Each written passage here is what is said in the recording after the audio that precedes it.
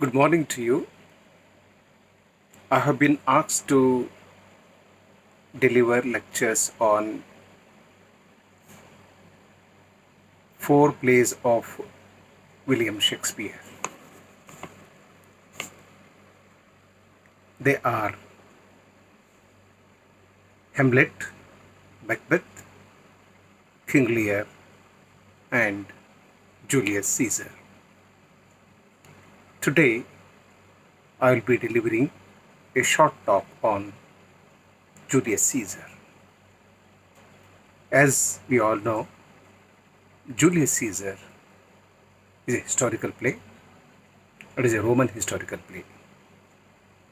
It is one of the most popular plays of William Shakespeare. William Shakespeare is a great genius. He's a wonderful artist. He's a playwright of the highest order in the world. No playwright in any language is a match to Shakespeare's supreme genius. Words fall short to describe the multifaceted personality of William Shakespeare. Shakespeare has made a tremendous influence on all learners of literature in the world from 16th century. Julius Caesar is an interesting play, is a great play, is a historical play, and is a Roman historical play. I get great pleasure in teaching this play to my students. I have been teaching this play for the last 2 decades.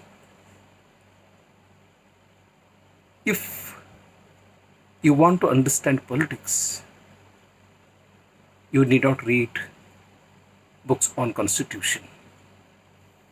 You need not read books on politics. And you need not read books on political theories. You must read Shakespeare's Julius Caesar.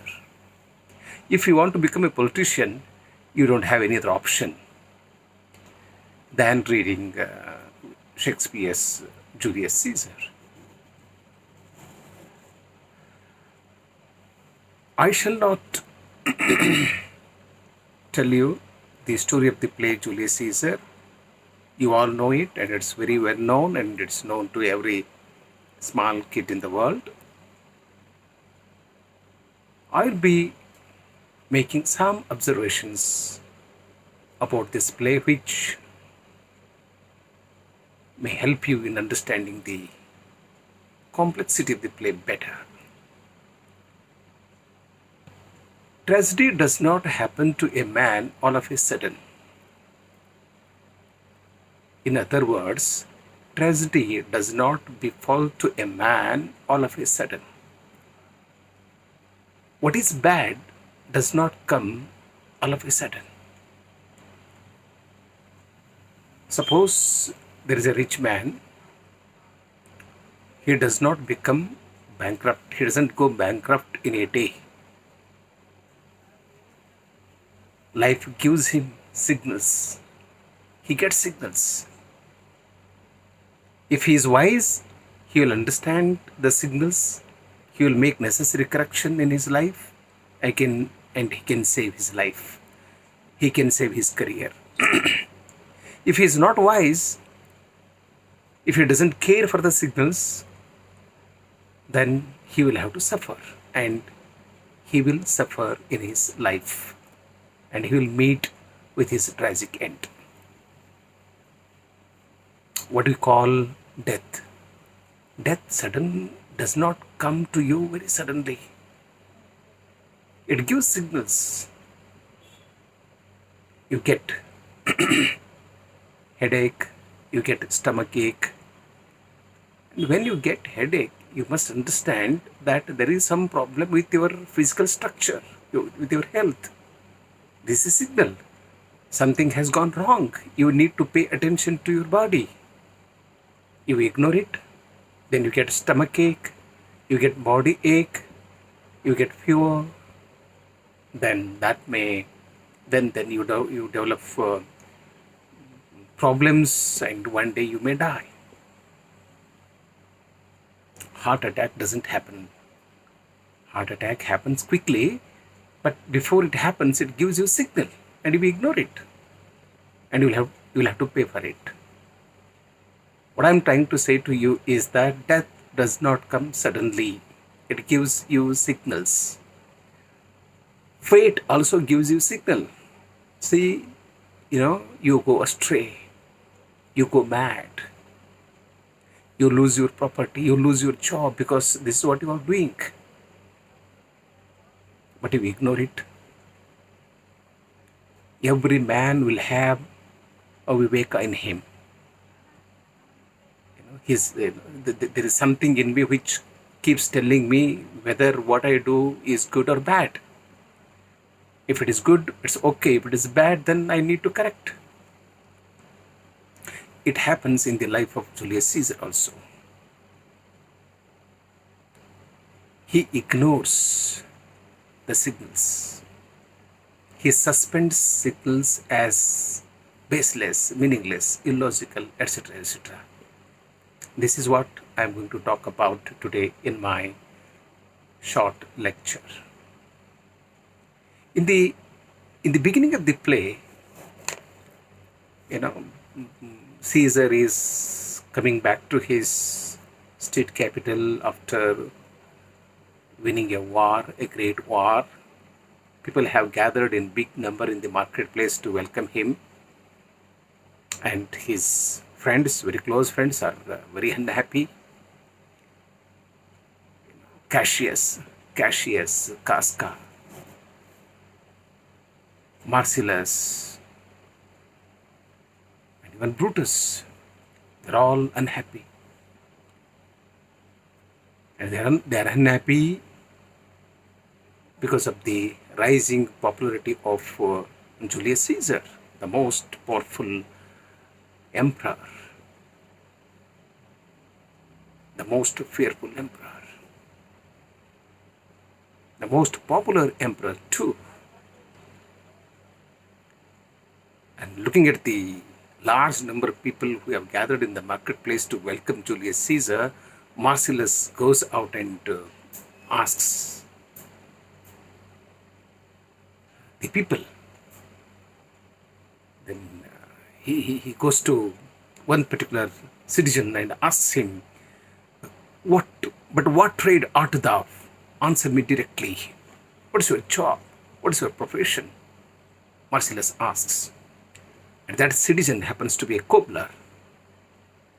He says, a trade, sir, that I hope I may use with a safe conscience.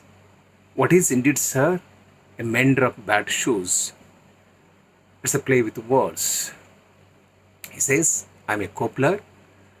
I'm the one who makes new shoes, and I'm the one who repairs old shoes. I'm mender of old souls. S-O-L-E-S. It is not S-O-U-L-S, but it means both. I'm a mender of bad souls. So it gives a signal to the reader that something has gone wrong in Rome.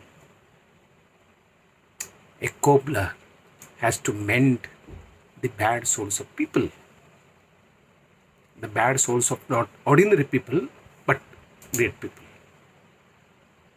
A mender is needed and required. Then comes Caesar, and Caesar goes to his palace in a very big procession, and there comes a soothsayer, and he makes an announcement. Beware the ideas of March. And these words are heard by Julius Caesar, and he wants to know who is the person who has made this statement. It's a warning. He understands. There is a warning in the statement that I should be careful in March. Beware of the ideas of March. He wants to know the person who has made the statement. And he tells people around him to produce him before him. Then he looks at him and says, "He's a dreamer. Let us leave him. He's a dreamer. Let us leave him. We don't have to pay. At least I don't have to pay any attention to what he has said. There is no point in it. He's a dreamer, a hopeless man, a useless man. I need not pay any attention to it. Why should I be worried about the ideas of March? Leave him. He's a dreamer." No? He suspends. I say, this is a warning given to him by his own fate. This is a signal given to him by his own fate. What we call the fate has appeared in the guise of a soothsayer to warn Caesar, to alert Caesar. And Caesar is so egoistic. And Caesar is so self-centric that he does not care for the warning at all. And this is one warning he ignores. This is one major signal that he suspends. Then his wife, Calphurnia, sees a series of bad dreams. And she wakes up, goes to her husband, tells him that she has seen a bad dream in which he is killed, so he should not go to the assembly tomorrow. "You shall not stir out of your house today," Calpurnia says. Caesar does not give any heed to what his wife tells him. He again dismisses it, suspends it, ignores it. "Caesar shall forth, the things that threatened me never looked but on my back. When they shall see the face of Caesar, they are vanished." He is so proud of his strength. He is so proud of his power that he doesn't care for anybody in the world. This is your problem. If you have seen bad dream, it is your problem. I don't have to do anything with it. "I am Julius Caesar," he says. "I am Julius Caesar. I don't care for anybody. I am the most powerful man in the world. I am not afraid of anybody." Calphurnia tells him, "Look, there is some danger to your life." Says, "Danger and I were littered on the same day." They were, danger and I were born on the same day. I the elder and he the younger. "I am not afraid of danger. Danger is afraid of me," he says. What you call danger is afraid of me. I shall go and attend the assembly. Calphurnia says, "Listen to me.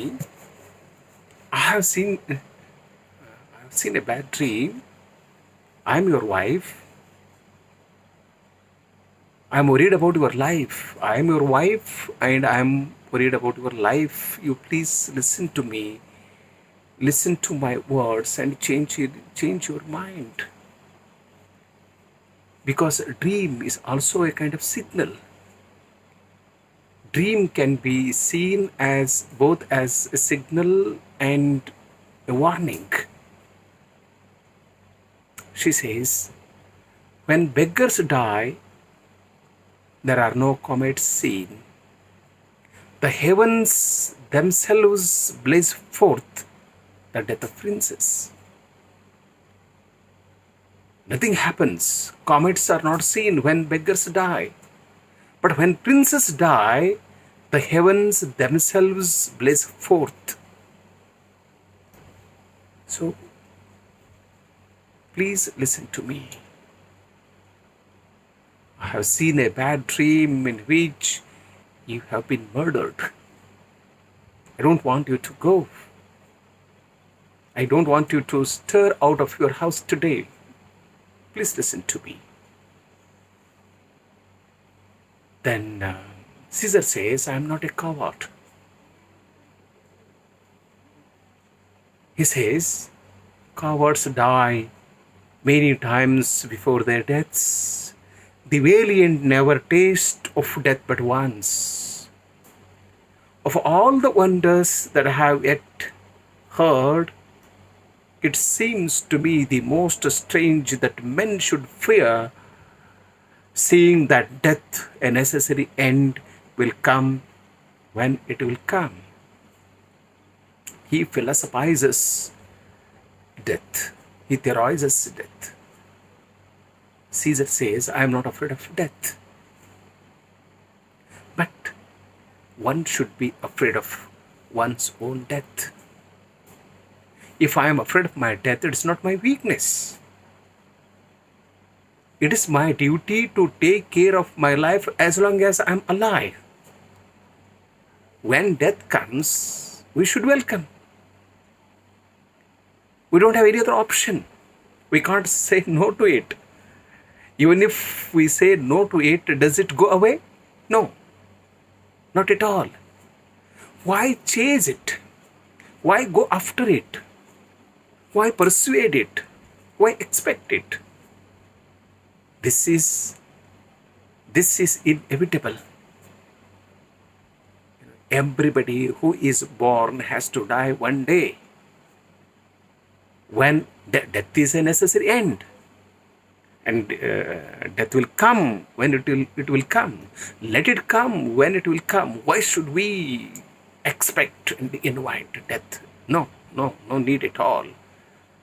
So when I leave, I should leave thinking that I'm not going to die at all. But Caesar doesn't care for this. I don't know why men fear death when death is certain. He says, this is very strange to me. It's not strange. If you are afraid of death, then you will understand the meaning of life. Otherwise, life doesn't become very interesting to you. How can you enjoy doing something? Can you do something when you know that you are going to die after one day? No, you can't do anything at all.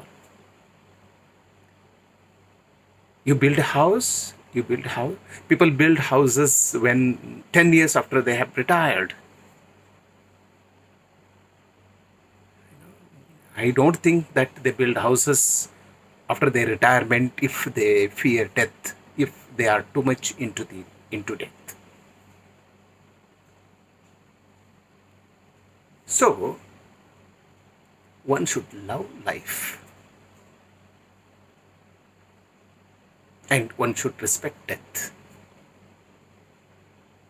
Caesar neither loves life nor respects death.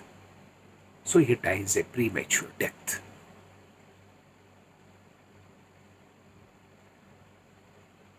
Then California tells when a member of the parliament comes to Caesar's palace to fetch him to the assembly, California tells Caesar, send a lie to your friends. Tell them that I am not well today. Then he asks, shall Caesar send a lie? Shall Caesar send a lie? Can Caesar tell a lie? Should Caesar tell a lie? No. How can Caesar tell a lie? How would Caesar tell a lie? Why not tell a lie? If you read the Mahabharata, you will understand. It's not the weak who should tell lies. Strong people should also tell lies sometimes. Yudhishthir also tells a lie at the Kurukshetra battle. Sometime to protect dharma, to punish the wrongdoer, to eliminate the bad, you may have to use wrong means too. So he says, I cannot tell lie. He goes to assembly. This is third warning. On his way to assembly, he again comes across the soothsayer. And when he looks at the soothsayer, he asks him, the ideas of March are come. You have alerted me, you have warned me. Yes, it has come. Look at the answer to this question. Soothsayer says, yeah, Caesar, but not gone. But not gone. Again, there is warning in it. And he again ignores it. March has come, but it has not gone. The ideas of March are come, but they are not gone. Be careful. You are going to assembly. He ignores. Again, he ignores the signal. Then comes Artemidorus. He carries a letter from Brutus's wife.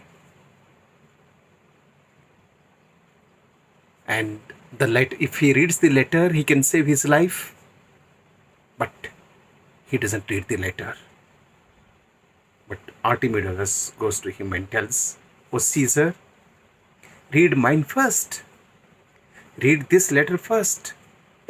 For mine is a suit that touches nearer.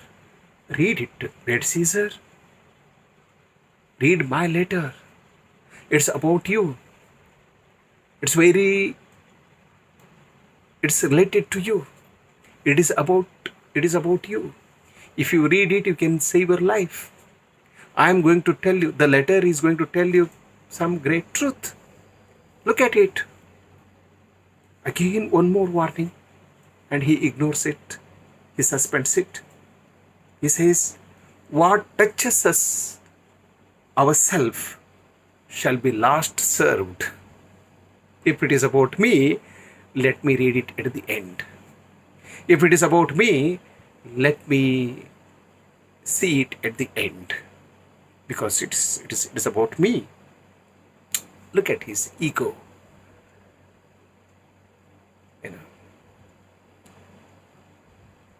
The height of ego.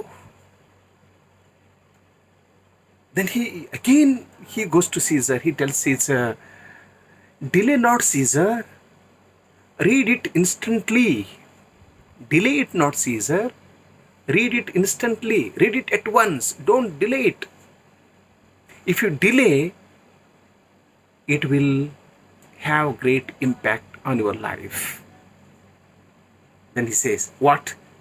Is the fellow mad?" He says, "Has this man gone mad? No, I don't want. I don't want." Then he goes to assembly.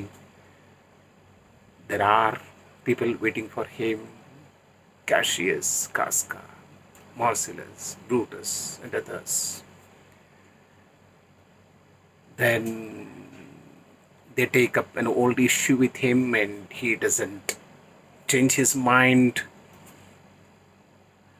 Then there are arguments. At the end, they all stab him. And the last person to stab him is his dear friend Brutus. Then he speaks that famous half-line, "You took it, then Caesar must fall." And he dies. So Caesar pays the price for ignoring the warning given to him by the fate. Thank you.